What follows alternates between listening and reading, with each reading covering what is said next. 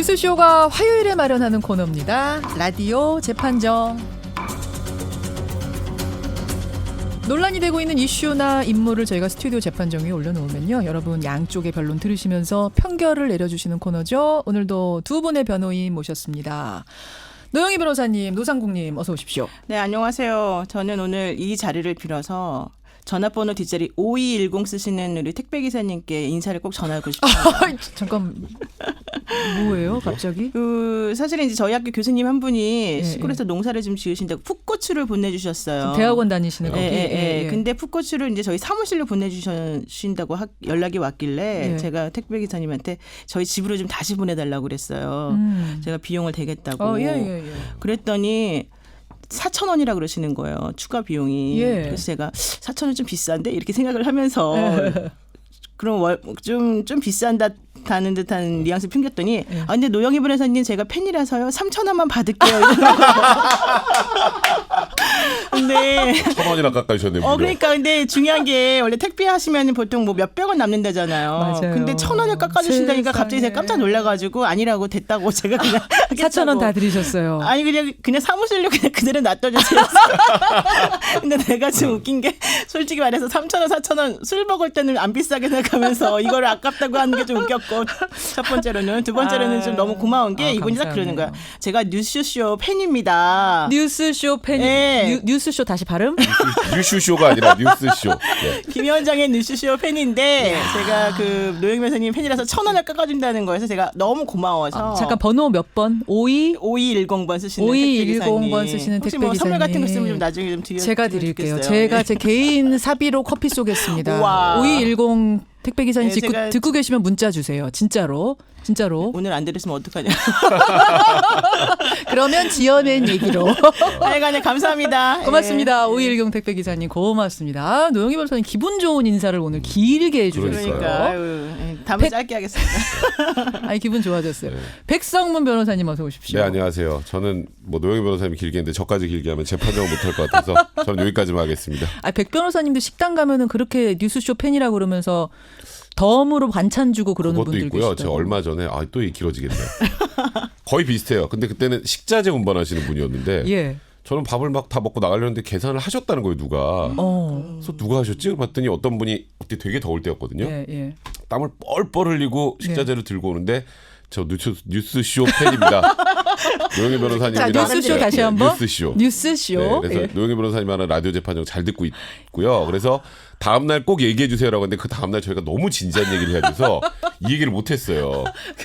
너무 늦게 해서 죄송합니다. 그분도 지금 듣고 계실 거예요. 그분도 보내주시면 제가 제 사비로 커피 쿠폰 쏘겠습니다. 고맙습니다. 이런 고마운 청취자들이 곳곳에 숨어 있는 라디오 재판정 오늘 시작을 할 텐데 오늘 뭐 주제는 사실은 이제 구하라 동영상 수사에 관한 건데 그 전에 잠깐. 조현민 전 대한항공 전무 얘기를 좀 하고 갔으면 좋겠는 게 청취자 질문이 많이 왔어요. 어제 물벼락 갑질, 이른바 물벼락 갑질 무혐의 판정이 무혐의 처리가 나버렸어요. 그렇죠. 사실 무혐의가 나느냐 나지 않느냐의 제일 중요한 부분은 물컵을 어디다 던졌느냐였거든요. 사실. 첫 번째 단순 폭행은 피해자랑 합의하면 끝이에요. 그럼 반의사불벌죄라고 하니까. 그래서 공소권 없음으로 폭행 부분은 날라갔습니다. 피해자 2명이 저 처벌 원치 않는다고 했으니까. 근데 이제 특수폭행 부분은 조사를 해보니까 사람이 없는 방향으로 이제 물컵을 홧김에 던진 거기 때문에 이거는 사람에게 직접적 위해가 가해진 것이 아니다. 그래서 특수폭행은 무혐의. 마지막으로 거기서 이제 소위 물벼락 갑질을 해서 이 광고 대행사가 시사회 하려는 거 못했잖아요 그날. 맞아요. 안 돼! 그러고 나가버렸잖아요. 조현민 전무가. 그러면 이 사람들이 업무를 방해한 것 아니냐가 이제 마지막 쟁점이었는데 그 광고를 기획하고 제작하는 총괄 책임자가 조현민 전무이기 때문에 이 시사회를 여느냐 마느냐는 본인의 업무라는 거예요. 그러니까 이게 업무 방해는 다른 사람의 업무를 방해해야 되는데 그건 스스로의 업무이기 때문에 이건 업무방해죄 구성요건에 해당하지 않는다. 그래서 결국 무혐의 2개. 하나는 합의했으니까 공소권 없음. 그래가지고 결국 이제 기소가 안 된 거죠. 그렇게 되는 거군요. 노 변호사님도 지금 끄덕끄덕 씁쓸한 표정으로 끄덕끄덕 네. 하셨어요. 뭐 업무방해는 저는 사실은 좀 무리한 그런 혐의 뭐다 이렇게 생각했었기 때문에 그건 중요하지 않았는데 법적으로. 사실 저는 조금 기분이 안 좋았던 게 유리컵을 던진 방향 뭐 뒤로 몇 45도 어쩌고 이렇게 얘기 나왔을 때 이게 되게 기교적이다 이렇게 생각을 했었거든요. 기교적이다? 예, 왜냐하면은 사실 물컵 던지면서 그렇게 계산을 그렇게 잘해서 무슨 수학 천재도 아니고 딱 사람 없는 다 그 절대 파편에 튀어도 다치지 않을 각도로 던질 수 있었는가? 그렇게 훌륭하신 기술을 가졌을까? 또 하나는 변호사들이 어떻게 알아요? 몇 도를 던졌는지를. 사실 CCTV 없었잖아요. 끝내 안 나온 거잖아요. CCTV는. 근데 어떻게 자기네가 딱 45도 어쩌고 이런 얘기를 어떻게 할 수 있었는지 정말 기교적이다 이런 생각을 많이 했었는데 더 기분 나쁜 것은 물론 뭐 변호사님들의 능력이 뛰어나신 거에 대해서 기분 나쁜 건 아닙니다. 근데 어쨌든 간에 기분 나쁜 거는 제가 이런 사건 많이 해봤거든요. 근데 우리는요. 물컵을 잡기만 해도 그냥 특수폭행 하더라고요.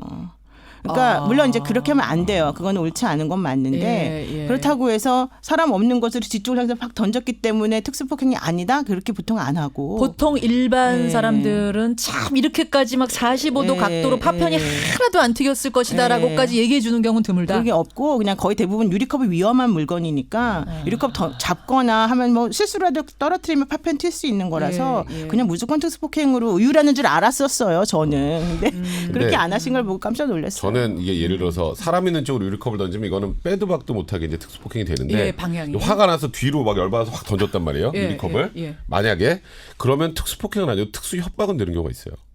저는.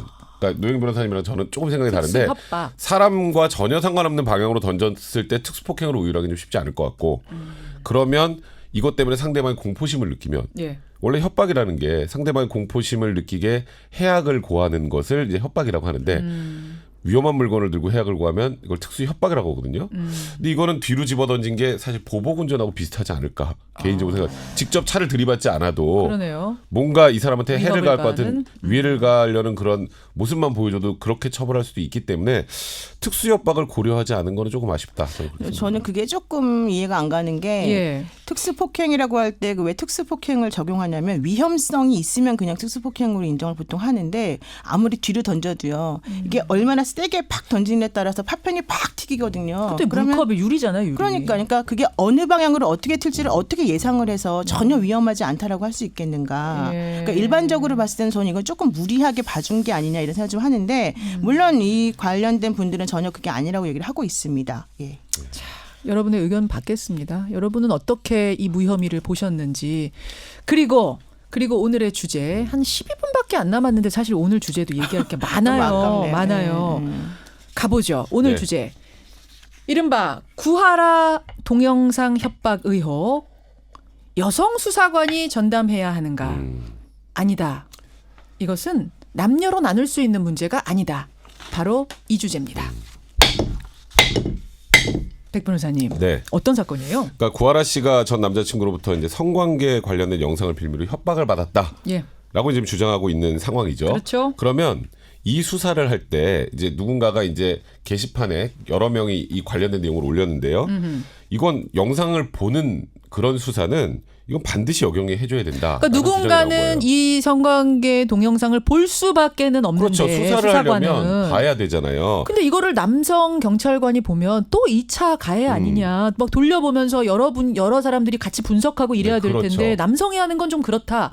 여성 수사관이 수사하도록 법을 개정해달라라는 게 지금 커뮤니티를 법을 중심으로. 개정하는 것보다 일단 이번 수사는 여성 수사관이만 해주고 그리고 여성 수사관들만 보고 재판도 되도록이면 여자 판사가 맡아서 해줘야 된다. 이제 그런데 이제 반대쪽 입장에서는 아니 산부인과에서 남자도 있지 않냐. 이거는 직업의 남녀 그 성별만 가지고 나눌 수 있는 문제가 아니다. 이거는 남성 수사관도 봐도 된다. 그러니까 수사할 때 남성 수사관도 포함돼도 그렇게 된다. 지금 감론을 하게 붙은 거예요. 막 게시판마다 지금 난리가 났던데요. 그래서 한번 저희가 올려보고 이 기회에 한번 생각해 보자. 그래서 이게 일리 있는 이야기면 정말 법 개정할 수도 있는 거니까. 자. 그런데요. 어떤 쪽 고르셨는지부터 일단 노 변호사님 어떤 쪽 아까 고르셨어요? 저희가 임의로 나눠드렸습니다. 직업을 성별로 나눈다는 것이 좀 부적절한 면이 있다. 이런 주장입니다. 백 변호사님. 이건 아주 특수한 상황이기 때문에 이거는 여성 수사관이 전담해야 된다. 전담해야 된다. 일단 노 변호사님 어떻게 보세요? 지금 그 2018년 10월 11일 날 그 국정감사 관련해서 이제 한 국회의원이 그 얘기한 게 있는데요. 그러니까 이제 거기 뭐라고 나냐면 전체 2,326명의 그 여성 청소년 수사팀의 그 수사관들이 있는데 그 중에서 여성 경찰관이 520명이라는 거예요. 그러니까 원래는 3인이 한 팀이 되어서 여성 청소년 팀에는 여성 수사관이 한 명씩 꼭 배치가 되게 돼 있는데 전체적으로 한 명도 없는 팀이 46개 팀 정도 된다. 왜 그러느냐? 모자란다는 거예요. 여성 인력이 모자란다. 네, 모자란다는 수사관에. 거고 첫 번째는 이게 이제 2018년 3월 9일 날 그 경찰 개혁위원회에서 권고 사항으로 이제 나온 상황이긴 했는데 물론 지금 백 변호사님 말씀하신 것처럼 여성이 좀 은밀하게 혹은 여러 가지 좀 수치스러움을 느낄 수 있는 부분이기 때문에 여성 경찰관이 있는 게 좋죠. 그런데 문제는 그렇게 하면 여성 경찰관은 이런 쪽의 수사만 맡게끔 또 될 수밖에 없는 구조가 되는 거예요. 그러니까 저는 이게 여성 남성의 문제가 아니라 모든 피해자들을 그 전담해서 수사하시는 경찰관이 전부 다 배려하고 그래야 되는 문제인 거지. 여성 경찰관이 이걸 전담해야 된다라고 하는 건 좀 옳지 않다고 이렇게 봐요. 생각하시면 노변 뭐 이렇게 보내주시면 되겠습니다. 50원의 단문 100원의 장문 유료 문자 샵 1212 카톡 레인보우 열려 있죠. 백 변호사님. 남성 수사관이 피해자 잘 배려해가면서 수사하면 된다. 굉장히 옳은 소리입니다. 굉장히 맞는 말인데 그럼 피해자가 느끼는 성적 수치심은요? 그 남성 수사관이 아무리 배려를 해줘도 그 남성 수사관이 본인의 성관계 동영상을 보는 건데요. 그게 어떨까요? 피해자. 그러니까 지금 구하라 씨가 그 성관계 동영상으로 협박받았다고 주장하는 피해자입니다. 아직은. 그렇기 때문에 최대한 구하라 씨 쪽에 그 성적으로 굉장히 예민한 문제이기 때문에 이거는 남성 수사관이 아무리 배려를 해도 이게 구하라 씨에게는 성적 수치심이 생길 수밖에 없어요. 이거 여성 수사관 위주로 수사를 하는 게 그렇게 어려운 일도 아닙니다. 물론 인력이 부족하다고 하지만 지금 이 사건에서 여성 수사관 몇 명 붙는다고 갑자기 여성 수사관이 부족해서 안 됩니다. 이게 여성 수사관이 없다고 해서 지금 경찰에서 그렇게 수사하는 게 아니거든요. 또 하나는 아니 남자도 산부인과 의사 있는데 아까 이런 논리 있었잖아요. 그때 여성은 선택할 수 있습니다. 여성 의사 남성 산부인과 의사를 선택할 수도 있고 여성 의사를 선택할 수 있어요. 근데 지금 이건 선택의 문제가 아니잖아요. 그렇죠. 근데 이거는 사실 이런 과정에 수사를 할 때 뭐 남자 여자 다 마찬가지입니다만 여성이 피해자라고 주장할 때 위축되게 하거나 성적 수치심을 야기하게 할 수 있는 그런 빌미라고 해야 될까요? 그런 상황을 애시당초 만들지 않는 게 좋다. 그래서 이거는 여성 수사관이 전담하는 게 맞다라고 생각을 해요. 아니면 피해자가 고를 수 있게 하는 거 최소한 뭐 그 정도 해야 된다라고 생각하시면 백변, 백성문 뭐 고를 수 있게 이런 식으로 보내주시면 되겠습니다. 노 변호사님. 그럴 수 있으면 참 좋겠습니다. 사실은 저도 제가 원하는 수사관한테 수사 받고 싶고 반드시 이런 사건뿐만이 아니라 그렇지 않겠습니까? 제가 뭐 폭행 사건이든 혹은 경제 사건이든 무슨 사건이든 간에 제가 원하는 수사관에게 항상 이런 식으로 선택권을 가지고 뭔가 해달라고 배당을 요청할 수 있는 그런 상황이라면 얼마나 지금은 좋을까? 배당 중간에 바꾸고 뭐 이렇게 못해요? 요구할 수는 없어요. 수사관을 선택이 아니라 이거는 성적 피해를 입었다고 하는 사람에게 여성 수사관과 남성 수사관 중에 선택을 하라는 거니까 이게 뭐 저는 그 노영희 수사관한테 수사받고 싶다 이런 거 말고 제가 말한 건 그런 거죠. 노 변호사님 이어가 보세요. 그러니까 그렇다 하더라도 현실적으로 그런 것들은 오히려 더 그 좀 더 불공정함을 야기할 수가 있고 또 여성 수사관이기 때문에 무조건적으로 그 피해자에 대해서 좀 더 배려적이고 좀 더 그런 여러 가지 민망한 상황에 대해서 이해심이 많고 더 잘할 것이다. 이거는 저는 또 조금 아닐 수 있다고 보거든요. 그러니까 저는 그런 것보다도 기본적으로 이런 종류의 사건을 대하는 수사관들의 태도라던가 이런 것들이 더 중요하지. 여자냐 남자냐 문제가 아니라 태도와 전문성이 더 중요하다. 그러니까 남자 수사관이 훨씬 전문성이 많은 경우가 어느 경찰서에선 있을 수 있다.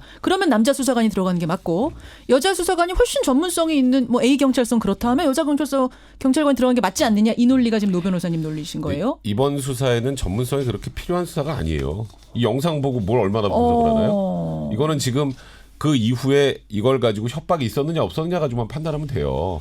이게 무슨 엄청나게 고도의 전문적인 지식이 필요한 화면 분석 이런 게 많이 필요한 건 아니다. 아니에요. 그렇죠.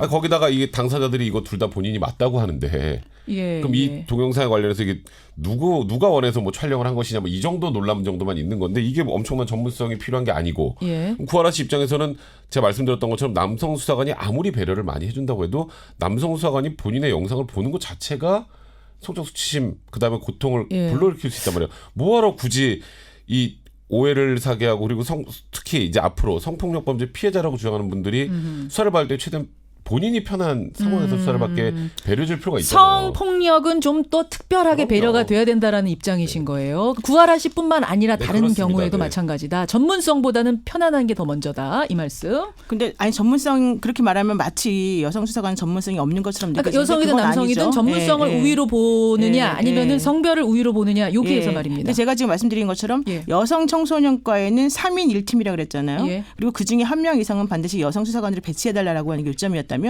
여성 청소년과의 나머지 2분은 또 남성이에요. 그러니까 현실적으로 지금 46개가 여성 수사관이 한 명도 없는 것도 있지만 나머지 것들은 그럼 전부 다 3명이 다 여성 수사관이냐? 그건 아니에요. 물론 그런 것도 있지만 대부분의 경우에는 여성 수사관 한 분 계시는 거거든요. 그러니까 그 얘기는 전체적으로 여성 경찰관의 숫자를 고려해보고 현실을 생각해 보았을 때 지금 백변 호사님 말씀하시는 것 정도의 사건이라고 한다면 특히 그게 꼭 여성 수사관이어야지 그런 것들에 대해서 좀 민망함이 덜하고 그럴까? 이런 생각이 전 든다는 거죠. 자, 이제 슬슬 마무리를 해야 될 텐데 청취자 의견 지금 굉장히 많이 들어오고 있습니다만 일단은 두 분의 마무리 발언 듣고 마지막 집계하겠습니다. 백 변호사님 짧게. 사실 요즘에 젠더 이슈가 굉장히 많잖아요. 그러니까 여성이 무언가 차별을 받는다거나 내가 수사를 받을 때 수치심을 느낀다거나 하는 걸 최소화할 수 있는 장치들을 마련해 줄 필요가 있다고 생각해요. 이게 이번 사건에 국한될 문제는 아니라 생각합니다. 노 변호사님 최후 변론. 저는 기본적으로 이제 이런 성폭력이나 혹은 이런 동영상 관련된 사건에 대한 인식이 많이 바뀌고 있다는 것에 대해서 되게 감사한 생각이 들고요. 앞으로 이제 이거를 촉발해서 그러니까 이 사건을 계기로 해서 좀 더 여성에 대한 그 젠더 감수성 이런 것들을 좀 더 많이 키우는 그런 나라가 됐으면 좋겠습니다. 저희가 결론을 내릴 수는 없습니다. 오늘 이게 결론이다, 이게 정답이다라고는 할 수 없지만 이 문제를 한번 생각해 보자. 생각해 볼 만한 이슈다라는 생각으로 오늘 재판정에 올렸다는 거 말씀드리고요. 우리 청취자들의 생각 역시 팽팽하네요. 결론 나왔거든요. 집계가 나왔거든요. 보복성 동영상.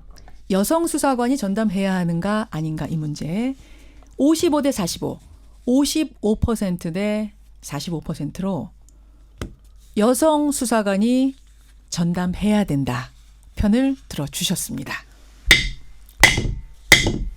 팽팽하네요. 55대 45, 45대 55. 사실 이거는 딱 정답이 있다라고 하기 참 어려운 문제이기도 그러니까요. 하고요. 그러니까 이거는 제가 아까 노영희 변호사님 했던 얘기 저도 좀 공감을 하는 게 남성 수사관이건 여성 수사관이건 여성 성적 피해자 관련해서는 최대한 여성을 편안하게 만들어주는 배려. 그런 방식의 수사가 필요하다는 생각이 듭니다. 그래요. 오늘 두 분 고생하셨고 5210 기사님은 아직 안 나타나신 걸. 오늘 안 들으신 거. 아니 연락이 왔어요.